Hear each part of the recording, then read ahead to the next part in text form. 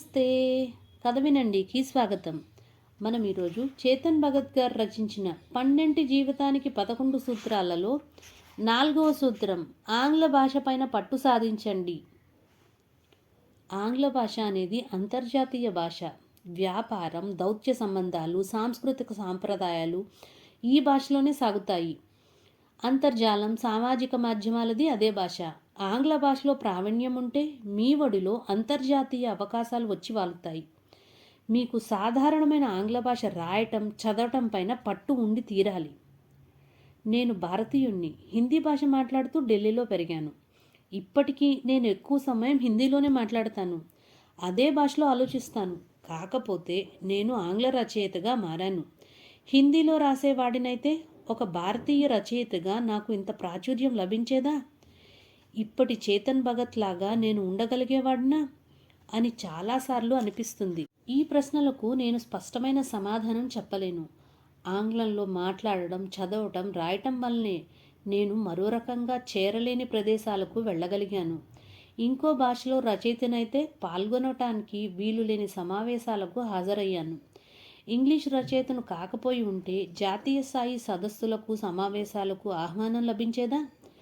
ప్రఖ్యాత పత్రిక times of ఇండియాలో కాకుండా మరేదో దినపత్రిక లేదా మ్యాగజైన్లో రాసి ఉంటే కాలమిస్ట్గా నాకు ఇంత పేరు ప్రఖ్యాతులు లభించేవా?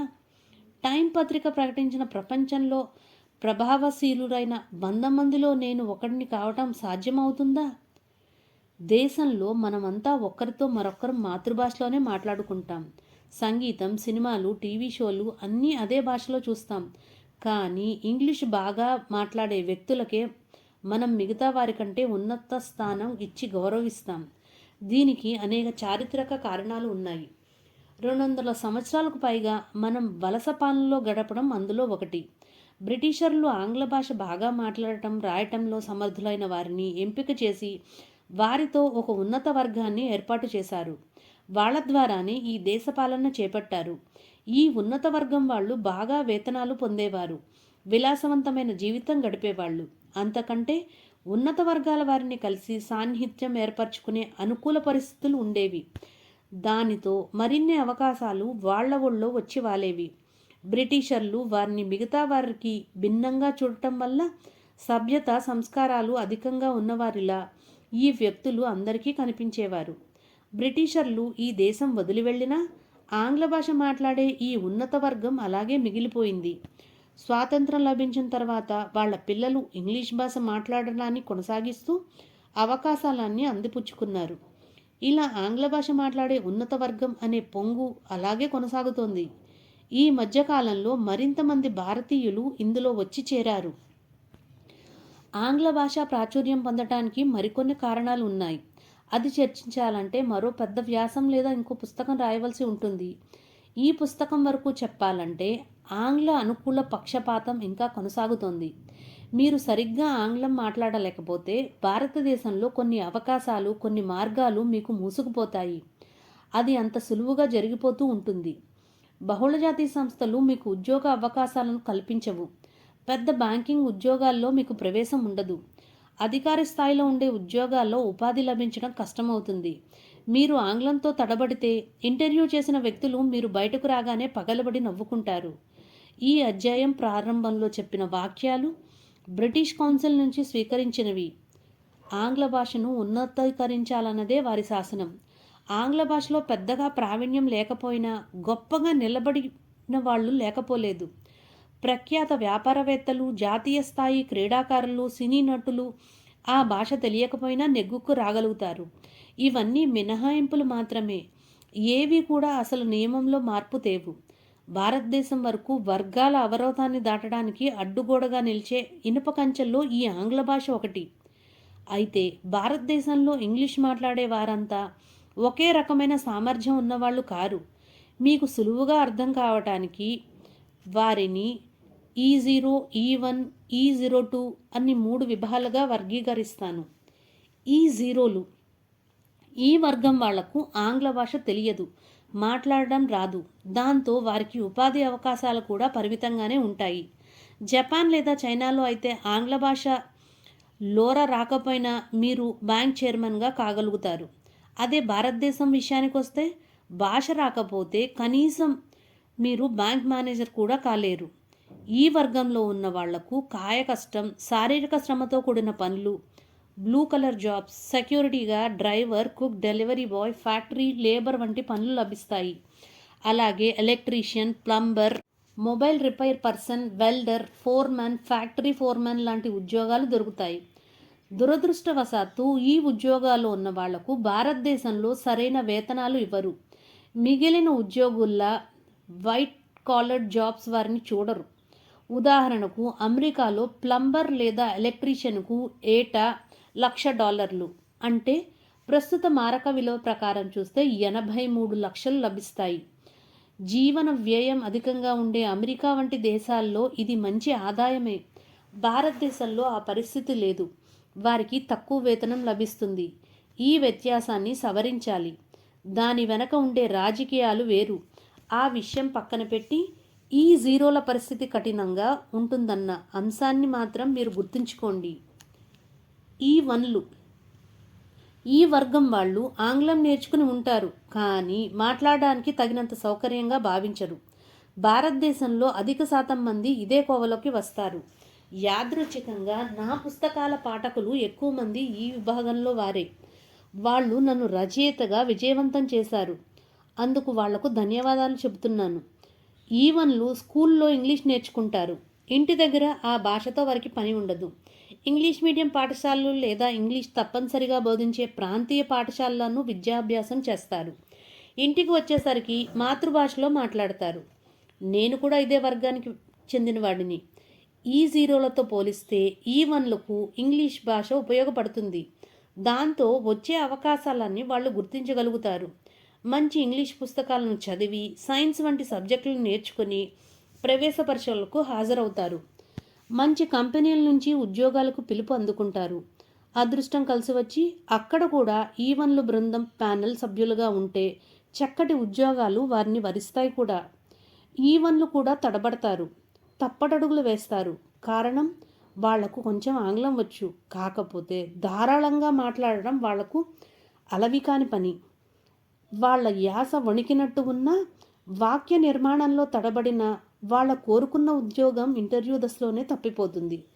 సమాజంలో దిగువ తరగతి నెట్టివేయబడతారు. దాంతో ఆంగ్లాన్ని కేవలం భాష మాత్రమే అని సరిపెట్టుకోలేం, కానీ దాని శక్తివంతమైందో చూడండి. ఆంగ్ల భాషలో తగినంత ప్రావీణ్యం లేకపోవటం వల్ల ఎదురయ్యే పరిణామాలు భారీగా ఉంటాయి.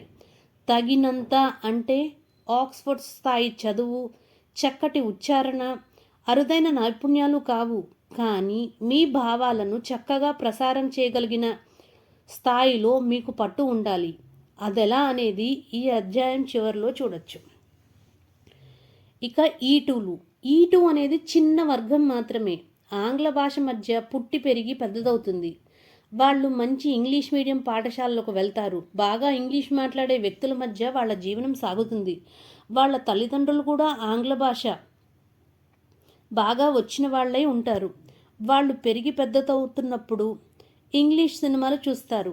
టీవీలో ఇంగ్లీష్ కార్యక్రమాలను ఇష్టపడతారు. ఇంగ్లీష్ పత్రికలు, పుస్తకాలు, మ్యాగజైన్లు చదువుతారు. E2ల బంధువర్గం కూడా ఇదే స్థాయి వాళ్ళై ఉంటారు. ఇదంతా అధునాత వ్యక్తుల ప్రత్యేక బృందం. ఆంగ్ల భాష పైన పట్టు ఉండటం అనే ప్రత్యేకత తప్ప ఇతరమైనవి ఏవీ ఉండవు. ఇదే లక్షణం E2లను ఇతర E2ల సమూహాల్లోకి తీసుకెళ్ళి వారికి ప్రత్యేకమైన అవకాశాలను తెచ్చిపెడుతుంది. Fashion, media, English media, publishing, art తదితర రంగాలను వారు బాగా ప్రేమిస్తారు. భారతదేశంలో E2లకు ప్రత్యేక ఆకర్షణ ఉంది. స్వాతంత్రం వచ్చిన 75 సంవత్సరాల తర్వాత కూడా ఈ పరిస్థితి ఉండటం అనేది మూర్ఖత్వం అనిపిస్తుంది, కానీ అది అలాగే కొనసాగుతూ వస్తోంది. భారతీయ బిలియనీర్లను భయపెట్టి ఆకట్టుకునే అద్భుతంగా ఆంగ్లం మాట్లాడే సేల్స్ పర్సన్లను నేను ఎరుగుదును. వలస పాలన నేపథ్యంలో మనలో మిగిలిపోయిన మూర్ఖమైన న్యూనతాభావం అది. అదృష్టవశాత్తు ఇప్పుడిప్పుడే మార్పు కనిపిస్తోంది. అత్యధిక స్థాయి ఇంగ్లీషు ప్రావీణ్యం ఉన్నవారే సరే కొన్నిసార్లు గందరగోళం తప్పదు. మీరు మాట్లాడే భాషలో పదాలు అస్పష్టంగా ఉన్నా, యాస అదో మాదిరిగా ఉన్న భారతీయ జీవన విధానంలో మీకు చిక్కులు తప్పవు. సాధారణ ఆంగ్లం పైన పట్టు పెంచుకోండి. మీకు E2 స్థాయి ఇంగ్లీష్ ప్రావీణ్యం ఉండనవసరం లేదు. ఆత్మవిశ్వాసంతో E1లలో పై స్థాయి పట్టును ప్రదర్శిస్తే చాలు. మీ జీవితంలో ఆంగ్లం అనేది ఒక అవరోధంగా మారకుండా ఆ భాషలో మాట్లాడడం అభ్యాసం చేయండి. రాత విషయంలో కూడా ఈమెయిళ్ళు, మెమోలు, ఏదైనా కవరింగ్ లెటర్లు, ప్రజెంటేషన్లు, డాక్యుమెంట్లు ఏవైనా కానీ తేలికగా అర్థమయ్యే ఇంగ్లీష్లో మీరు రాయగలగాలి. రచయితగా నా శైలి తేలిగ్గా, సులభంగా, స్పష్టంగా అర్థమయ్యేలా ఉంటుంది. అందుకే భారతదేశంలో ప్రముఖ రచయితల్లో నేనొక్కడిని కాగలిగాను. మీకు అవసరమైంది అంతవరకే. సులువుగా, ప్రభావవంతమైన ఆంగ్లంలో మీ అభిప్రాయాలను పంచుకోగలటం. ఆంగ్లంలో సామర్థ్యాన్ని పెంచుకోవటం ఎలా? ఈ రోజుల్లో ఆంగ్ల భాష నేర్చుకోవడానికి అందుబాటులో ఉన్న సాధనాలు తక్కువేమీ కావు. మీరు మంచి ఇంగ్లీష్ వక్తగా మారటానికి పుస్తకాలు, యాప్లు, వీడియోలు, ఇంటర్నెట్ నిండా కోర్సులు చాలానే ఉన్నాయి. ఇవి కొంతవరకు ఉపయోగపడతాయి. ఏమైనా ఆంగ్ల భాష రావటం, రాకపోవడం సమస్య కాదు. మీరు ఆంగ్ల భాష మాట్లాడే ప్రపంచంలో లేదా ఇంగ్లీష్ మాట్లాడే వక్తల మధ్య మీరు లేకపోవటమే అసలైన సమస్య. ఇంతకుముందు ఇంగ్లీష్ సినిమాలు, పుస్తకాలు, మ్యూజిక్, టీవీ షోలతో మీకు పరిచయం లేదు. వాటితో మీరు ఆనందాన్ని పొందలేదు. ఇంగ్లీష్ మాట్లాడటానికి, చర్చించడానికి మీ చుట్టూ ఎవరూ లేనప్పుడు ఎన్ని ఆన్లైన్ కోర్సులు పూర్తి చేసినా ఈ ప్రపంచానికి మీరు చెందిన వారన్న భావం మీకు కలగదు. వారి మాదిరిగా మీ స్వరం ఉండదు. మాట్లాడే తీరులో వాళ్ళ మాదిరి ప్రవర్తనను, విశ్వాసాన్ని మీరు ప్రదర్శించలేరు. ఆన్లైన్ కోర్సులను నేర్చుకోవడం అంటే వీడియోలు చూస్తూ ఈత కొట్టడం లాంటిది. మీరు స్విమ్మింగ్ పూల్కి అడుగు పెట్టగానే అక్కడ ఉండే నీరు మీకు భిన్నమైన అనుభవాన్ని ఇస్తుంది. అలాగే స్విమ్మింగ్ నుంచి బయటపడిన తర్వాత మళ్ళీ ఆ అనుభవం ఇంకో రకంగా ఉంటుంది. ఇంగ్లీష్ మాట్లాడడం అనేది ఇలా స్విమ్మింగ్ పూల్లో ఉన్న మాదిరిగా కాకుండా మామూలు నీళ్లలో చేసినట్టు ఉంటుంది. ఇందులో విజయం సాధించాలంటే మీరు నిరంతరం సాధన చెయ్యాలి. ఇంటర్నెట్లో అందుబాటులో ఉన్న వనరులతో మీరు మంచిగా మొదలు పెట్టగలుగుతారు. మీకు ఏది నచ్చుతుందో, ఎంత డబ్బు ఖర్చు పెట్టగలరో దాని ప్రకారం నిర్ణయం తీసుకోండి. వీడియో చూడటం పూర్తి కాగానే అందులో అంశాలపైన పూర్తి స్థాయిలో అభ్యాసం చేయాలని నిశ్చయించుకోండి. చుట్టూ ఉన్న ప్రపంచంతో ఆంగ్లంలోనే అనుసంధానం కండి. బ్రెడ్ లాంటి వస్తువులను ఏమైనా కొనటానికి కిరాణా షాప్ వెళ్తున్నారా? మంచిది. అక్కడ మీరు ఫలానా వస్తువు కావాలని ఇంగ్లీష్లోనే అడగండి. మీరు రెస్టారెంట్కి వెళ్తున్నారా? అక్కడ ఆహారాన్ని అందించమని ఆంగ్లంలో అడగండి. కస్టమర్ సర్వీస్ రిప్రజెంటేటివ్తో మాట్లాడదలిచారా? అప్పుడు ఇంగ్లీష్లోనే ప్రయత్నించండి. మొదట్లో మీరు తడబడతారు, తప్పులు చేస్తారు. ఆ తర్వాత మెల్లగా మిమ్మల్ని మీరు సరిదిద్దుకోగలుగుతారు. కాలక్రమంలో ఇంగ్లీష్ మీకు సహజంగా వచ్చేస్తుంది. బంధుమిత్రులతో, స్నేహితులతో ఇంగ్లీష్లోనే సంభాషించండి. ఇది చిత్రంగా ఉంటుంది. మీ పైన తీర్పులు ప్రకటించి మిమ్మల్ని గాయపరిచే వాళ్లలో మీకు బాగా తెలిసిన వ్యక్తులే ఎక్కువ ఉంటారు. ఇది మీ స్నేహితులకు కూడా వర్తిస్తుంది. మీరు ఆంగ్లంలో మాట్లాడడం ప్రారంభించగానే వాళ్ళు మిమ్మల్ని ఆట పట్టిస్తారు. మీ ఉచ్చారణ, యాస, వ్యాకరణం అన్నీ తప్పుగా ఉంటాయి. మీరు మాట్లాడటం మొదలుపెట్టగానే వాళ్ళు వేళాకోళమాడుతారు. ఒక విదేశీయుడు హిందీ పొడిపొడిగా తప్పులు తడకగా మాట్లాడుతుంటే మనమంతా హర్షిస్తాం, వాళ్ళ తప్పులను పక్కన పెడతాం. కానీ ఒక భారతీయుడు ఇంగ్లీష్లో మాట్లాడడానికి ప్రయత్నించినప్పుడు మనం అతన్ని కానీ ఆమెను కానీ ఆట పట్టిస్తాం. ఇలా ఎగతాళి లేదా పరిహాసాలను ఎదుర్కోవలసి రావటం వల్ల చిన్నబుచ్చుకొని ఈ ప్రయత్నం నుంచి దూరంగా జరుగుతాం. ఈ అవమానం అనేది ఎక్కడి నుంచి వస్తుంది? మీ భావోద్వేగ మెదడు అందుకు కారణమవుతుంది.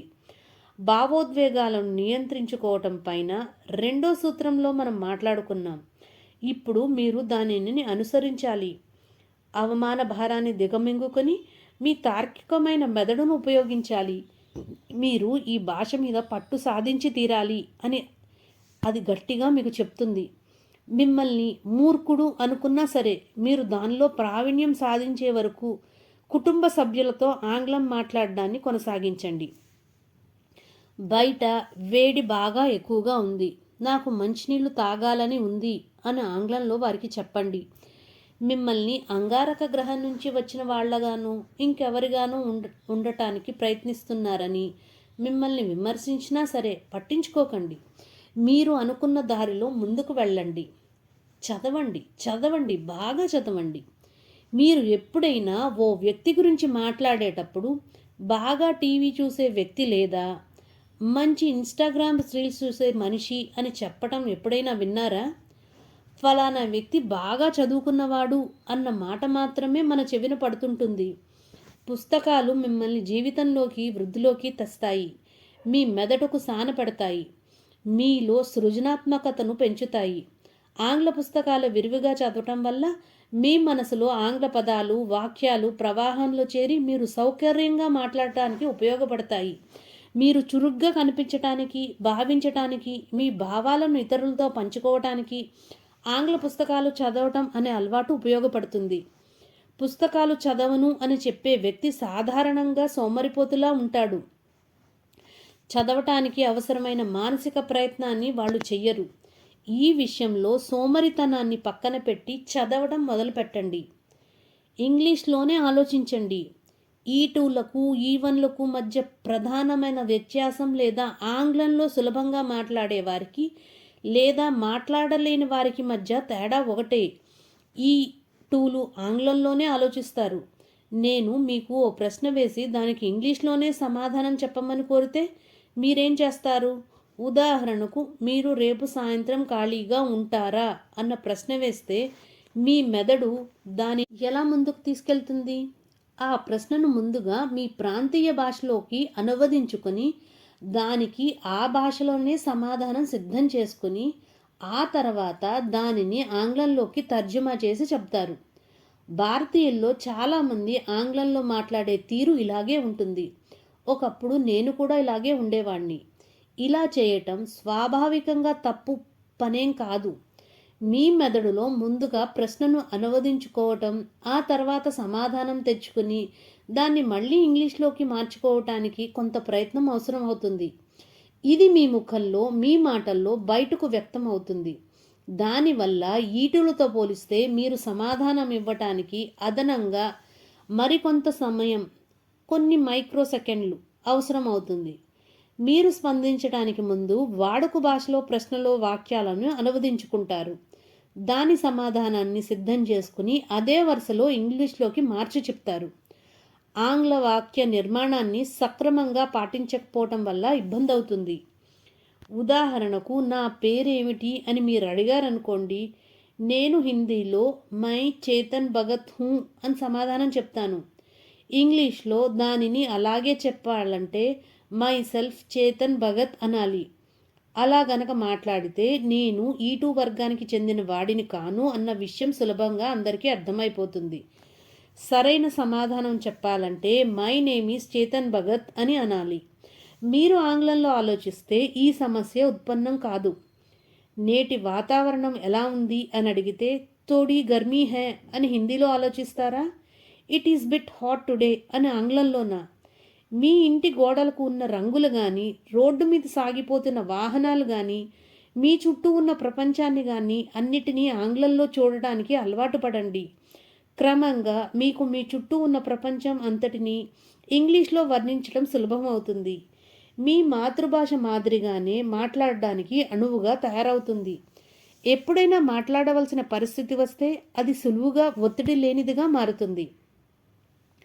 అవసరమైన సాయం పొందటానికి వెనకాడకండి. ఆంగ్లంలో ప్రావీణ్యం సాధించటానికి, సాయం పొందటానికి వెనకాడకండి. బాగా పాఠాలు చెప్పగలిగిన వ్యక్తులను ఎంచుకొని వారి దగ్గర శిక్షణ తీసుకోండి.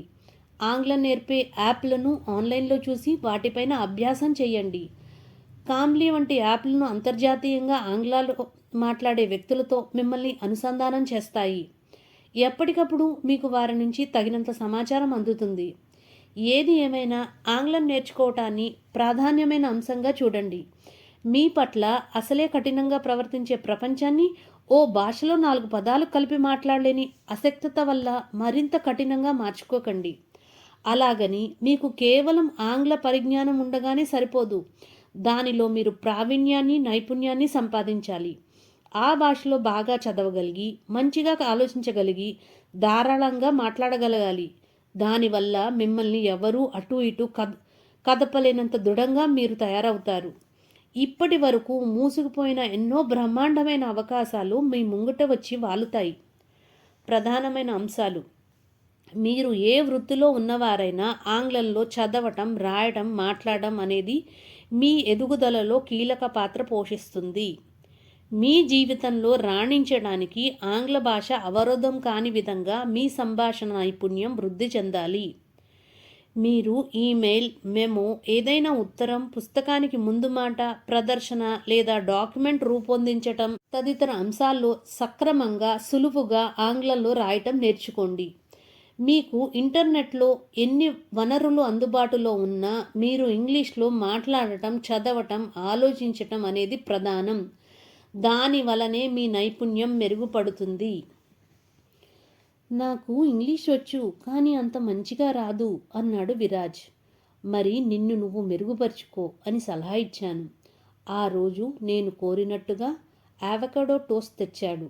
అది బాంద్రాలో సినిమా రంగంలో వారికి బాగా ఇష్టమైన ఆహారం అని చెప్పాడు.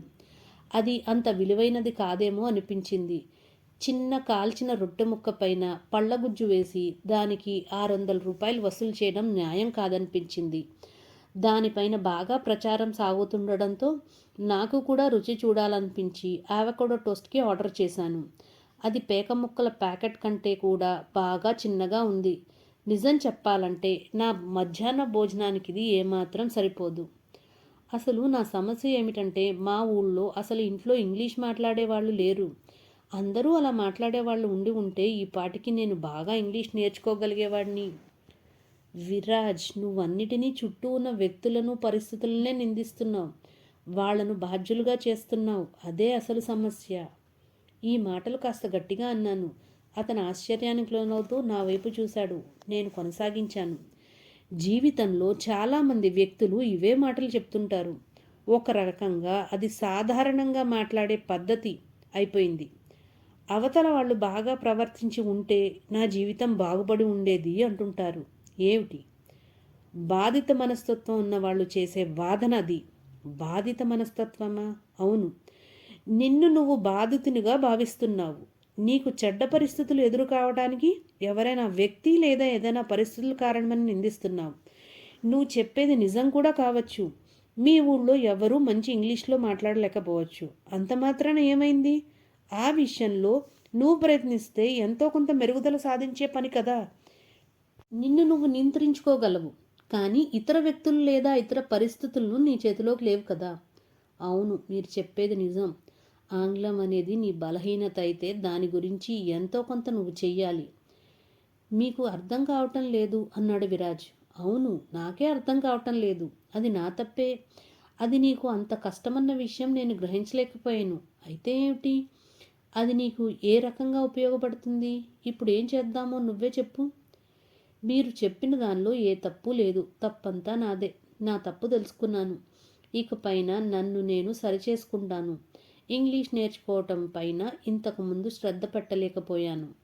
మంచి నిర్ణయం. నువ్వు ఉండవలసిన తీరు కూడా ఇదే. రేపు మరో కొత్త విషయంతో ముందుకొద్దాం అని నా పక్కనున్న చిన్న బాక్స్ను పైకి తీసి, రేపు మరికొంచెం ఎక్కువ ఆహారం కావాలి. తప్పకుండా. రేపు మనం చెప్పుకోబోయే సూత్రం ఏమిటి? Dope mine. డోప్ ఏమిటది? దీనిపైన రేపు మాట్లాడుకుందాం. To be continued.